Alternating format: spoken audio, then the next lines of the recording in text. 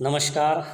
मी doctor R V More, सहाय्यक प्राध्यापक, समाजशास्त्र विभाग, स्वर्गीय पुष्पदेवी पाटील कला व विज्ञान महाविद्यालय रिसोड, जिल्हा वाशिम. वर्ग बी ए भाग 1, सेमिस्टर 1, विषय समाजशास्त्र. पेपरचं नाव आहे समाजशास्त्राचा परिचय. विद्यार्थी मित्रांनो, मागील व्हिडिओ लेक्चरमध्ये आपण समाज म्हणजे काय, समाजाचा अर्थ, व्याख्या आणि समाजाचे स्वरूप याविषयी माहिती अभ्यासली आहे. आज आपण या व्हिडिओ लेक्चरमध्ये समाजाची वैशिष्ट्ये किंवा लक्षणे हा घटक अभ्यासणार आहोत. समाजाची प्रमुख लक्षणे किंवा वैशिष्ट्ये आपण पाहणार आहोत. समाजाची प्रमुख वैशिष्ट्ये पुढील प्रमाणे पाहता येईल. पहिलं आहे सापेक्षता, विशाल मानवी समूह. समाज हा एक विशाल व्यापक समूह असतो.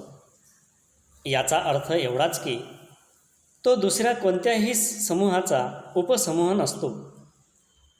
हा विशाल समूह त्या अंतर्गत असलेल्या लहान मोठ्या आकारांच्या समूहांनी व उपसर्ग आणि उपसमूह आणि मिळून बनलेला असतो. तो सर्वसमावेशक असतो, म्हणजे अनेक लहान मोठ्या समूहांचा त्यात समावेश होतो. अर्थातच अनेक समूहां मिळून समाज बनत असतो. मॅकॅव्हरोपेज यांनी समाजाची व्याख्या करत असताना सामाजिक संबंधाचे जाळे म्हणजे समाज होय असे म्हटले, तर काहींनी समूह उपसमूह मिळून समाज बनत असतो असे म्हटले आहे. उदाहरणार्थ, भारतीय समाज हा विशाल समूह आहे, म्हणजे त्यात हजारो जाती आणि जमातींची समूह, विविध धर्मपंथांचे समूह, ग्रामीण, नागरी, महानगरीय अशा समुदायांचा मिळून तो बनलेला असतो. सापेक्षता हा विशाल आकाराचा समूह हे समाजाचे पहिले आणि सर्वात महत्त्वाचे वैशिष्ट्य आहे. म्हणून सापेक्षता, विशाल आणि विशाल मानवी समूह हे समाजाचं पहिलं वैशिष्ट्य आहे, महत्त्वाचं आहे. दुसरं आहे निश्चित भूप्रदेश. समाज हा विशिष्ट व निश्चित अशा भूप्रदेशावर वास्तव्य करत असतो. म्हणून व्यक्तींमध्ये स्थायी व सातत्यपूर्ण सामाजिक संबंध निर्माण होण्यासाठी त्यांचे निश्चित भूप्रदेशावर वास्तव्य असणं आवश्यक असते. कारण जोपर्यंत ते एका निश्चित भूप्रदेशावर स्थायी वास्तव्य करत नाहीत, तोपर्यंत त्यांच्यात पारस्परिक संबंध येणार नाहीत किंवा पारस्परिक संबंध घनिष्ठ होणार नाहीत. भटके जीवन जगणारी टोळी समूह देखील एका निश्चित प्रदेशातच भटकत असतात. प्रत्येक व्यक्ती कोणत्याही एका ठिकाणी कायमचे वास्तव्य न करता सतत भटकू लागली तर समाजच निर्माण होऊ शकणार नाही. म्हणूनच निश्चित भूप्रदेश हे प्रत्येक मानव समाजाचे एक वैशिष्ट्य आहे. म्हणजेच कोणताही समाज हा एका विशिष्ट निश्चित भूभागावर कायमस्वरूपी वास्तव्य करीत असतो. म्हणून निश्चित भूप्रदेश हे त्याचं समाजाचं दुसरं वैशिष्ट्य आहे. तिसरं आहे प्रजोत्पादन. प्रजोत्पादन हे समाजासाठी एक आवश्यक बाब आहे. लोकसंख्या हे समाजाचे एक महत्त्वाचे अंग आहे. मृत व्यक्तीची जागा घेणाऱ्या नवीन व्यक्ती समाजात निर्माण होणे आवश्यक असते. अन्यथा समाजाचे सातत्य टिकून राहू शकत नाही. नव्या सभासदांना समाजात सामावून घेण्याचा प्रमुख मार्ग म्हणजे प्रजोत्पादन होय.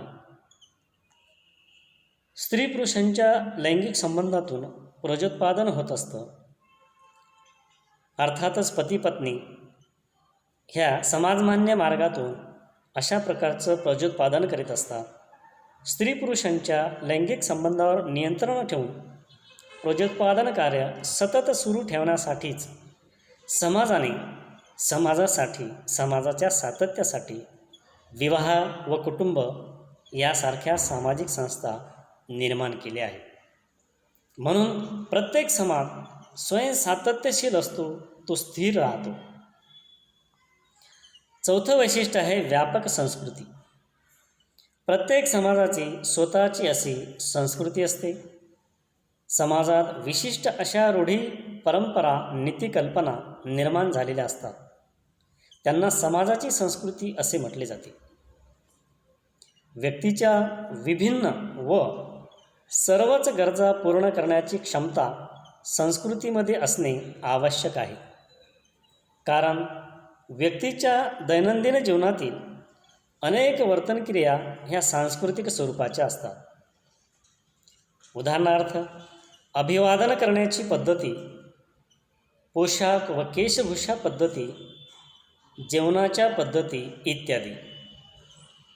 व्यक्तीच्या दैनंदिन जीवनातील फारच थोड्या वर्तनक्रिया शारीरिक वैशिष्ट्ये यावर आधारलेल्या असतात. बाकी त्यांच्या संस्कृतीवर ते डिपेंड आहे. संस्कृती म्हणजे जीवन जगण्याची कला होय किंवा जीवन जगण्याची पद्धती, याला संस्कृती असे म्हणतात. या संस्कृतीतूनच ह्या सर्व क्रिया घडत असतात. अशा प्रकारे व्यक्तीच्या बहुतांश वर्तनक्रिया सांस्कृतिक स्वरूपाच्या असल्यामुळे समाजाची संस्कृती ही सर्वसमावेशक किंवा व्यापक स्वरूपाची असते. म्हणून व्यापक संस्कृती हे समाजाचं एक महत्त्वाचं वैशिष्ट्य आहे. त्यानंतर सामान्य जीवनपद्धती. प्रत्येक समाजाची म्हणजे समाज सदस्यांची जीवनपद्धती स्वतंत्र व वैशिष्ट्यपूर्ण असे असते. या जीवन जगण्याच्या पद्धतीलाच संस्कृती असे म्हणतात. ही प्रत्येक समाजाची संस्कृती भिन्न भिन्न असते. जीवन जगण्याच्या पद्धतीतील वेगळेपणामुळे कोणताही समाज एक समाज अन्य समाजापेक्षा वेगळा ठरतो. विभिन्न प्रकारचे विश्वास, प्रमाणके, मूल्य समाजानुसार वेगवेगळे असतात. कुटुंब असेल, विवाह असेल, शिक्षण असेल, यासारख्या संस्थांच्या स्वरूपातही समाजानुसार भिन्नता आढळून येते. म्हणून सामान्य जीवनपद्धती हे समाजाचं एक वैशिष्ट्य आहे. म्हणजे प्रत्येक समाजाची एक विशिष्ट जीवनपद्धती असते. एक सामान्य म्हणजे एकसारखी, एका समाजाची एकसारखी जीवनपद्धती असते. त्यानंतर 6वं वैशिष्ट्य आहे आत्मनिर्भरता. घनदाट जंगलात राहणारे आदिवासी या समाजाबाबत आत्मनिर्भरता हे वैशिष्ट्य अनुभवास येते. परंतु सध्याकालीन ग्रामीण व नागरी समाजात मात्र वाढत्या प्रमाणावरील परस्परावलंबनसुद्धा अनुभवास येतं. असे असूनही अनेक अभ्यासकांना आत्मनिर्भरता हे समाजाचे वैशिष्ट्य आहे असे वाटते. कारण या व्यक्तीच्या बहुतांश गरजा समाजातच पूर्ण होत असतात. समाजाच्या सदस्यांना त्यांच्या गरजा पूर्ण करता याव्यात यासाठी कुटुंब, विवाह, धर्म, अर्थ, राज्य यासारख्या सामाजिक संस्था निर्माण झालेल्या असतात. आपल्या अनेक विविध गरजांची पूर्तता करण्यासाठी एका समाजातील सदस्यांना दुसऱ्या समाजावर विसंबून राहावे लागत नाही.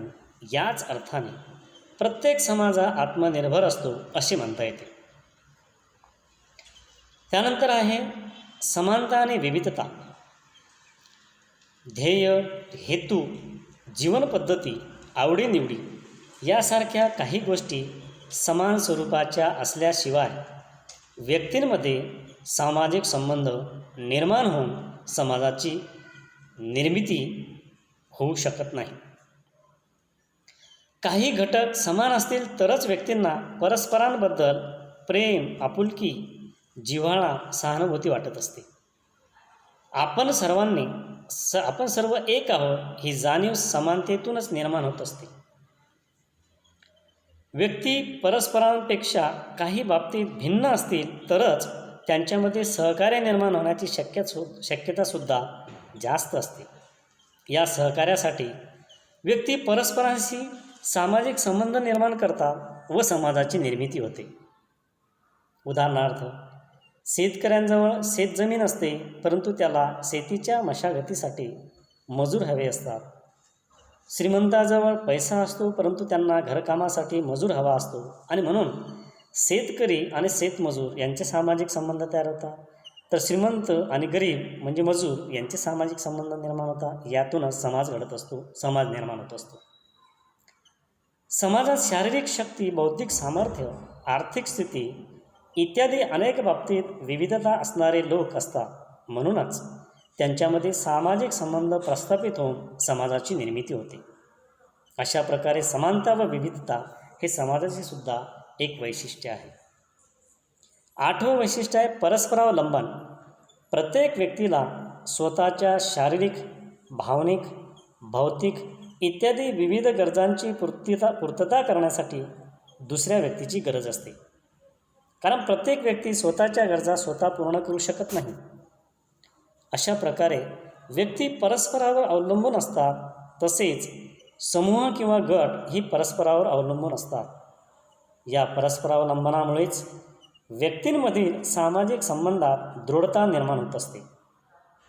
म्हणून परस्परावलंबन हे सुद्धा समाजाचे एक वैशिष्ट्य आहे. 9वं आहे भाषेची निर्मिती. भाषेची निर्मिती हे मानवी समाजाचे एक वैशिष्ट्य आहे. भाषेद्वारेच व्यक्ती परस्परांशी विचारांची देवाणघेवाण करू शकतात. तसेच परस्परांशी विविध व्यवहारही करू शकतात. व्यक्तीमधील क्रियाप्रतिक्रिया व आंतरक्रिया ह्या सर्वप्रथम भाषेच्या पातळीवरच होतात. या आंतरक्रियामधूनच सामाजिक संबंध निर्माण होत असतात आणि सामाजिक संबंधाचे जाळे म्हणजे समाज होय असे मॅकॅव्हर व पेज यांनी म्हटले आहे. अशा प्रकारे व्यक्तींमधील सामाजिक संबंध निर्माण होण्याच्या प्रक्रियेत भाषेचा मोठा वाटा आहे. शेवटचा आहे स्वतंत्रता. बॉटमूर, रेमंड फर्थ ह्या विचारवंतांनी राजकीय स्वातंत्र्य हे समाजाचे वैशिष्ट्य असल्याचे म्हटले आहे. परंतु हॅरी जॉन्सन मात्र या भूमिकेशी सहमत नाहीत. जॉन्सन यांच्या मते कोणताही समाज दुसऱ्या समाजाचा उपसमूह नसतो. उदाहरणार्थ 15 ऑगस्ट 1947 पूर्वी भारतीय समाज राजकीय दृष्टीने स्वतंत्र नव्हता. तरीही सामाजिक व सांस्कृतिकदृष्ट्या भारतीय समाज आणि ब्रिटिश समाज हे दोन्हीही समाज वेगवेगळे होते. याच अर्थाने स्वतंत्रता हे प्रत्येक समाजाचे वैशिष्ट्य असल्याचे हॅरी जॉन्सन यांनी म्हटले आहे. याच अर्थाने स्वतंत्रता हे प्रत्येक समाजाचे वैशिष्ट्य असल्याचे हॅरी जॉन्सन यांनी म्हटले आहे. अशा प्रकारे स्वतंत्रता हे समाजाचे एक वैशिष्ट्य आहे. आणि शेवटचं आहे एकतेची भावना. प्रत्येक समाजातील लोकांना आपण एक आहोत असे वाटत असते. आपण दुसऱ्या समाजातील लोकांहून निराळे आहोत. आपला समाज इतरांहून निराळा आहे म्हणजे वेगळा आहे असे प्रत्येक समाजातील लोकांना वाटत असते. जर आपण एक आहोत अशी भावना समाजातील लोकांमध्ये प्रबळ नसेल तर तो समाज फार काळ आपले स्वतंत्र अस्तित्व टिकून ठेवू शकणार नाही. एकतेची भावना हाच समाज संघटनेचा महत्त्वाचा आधार आहे. एकतेची भावना हे समाजाचे एक महत्त्वाचे वैशिष्ट्य आहे. अशा प्रकारे समाजाचे वरील प्रमुख वैशिष्ट्य आहे. निश्चितच या वैशिष्ट्यावरून समाज म्हणजे काय ही संकल्पना आपल्याला चांगल्या प्रकारे कळली असेल असे मी गृहीत धरतो. धन्यवाद.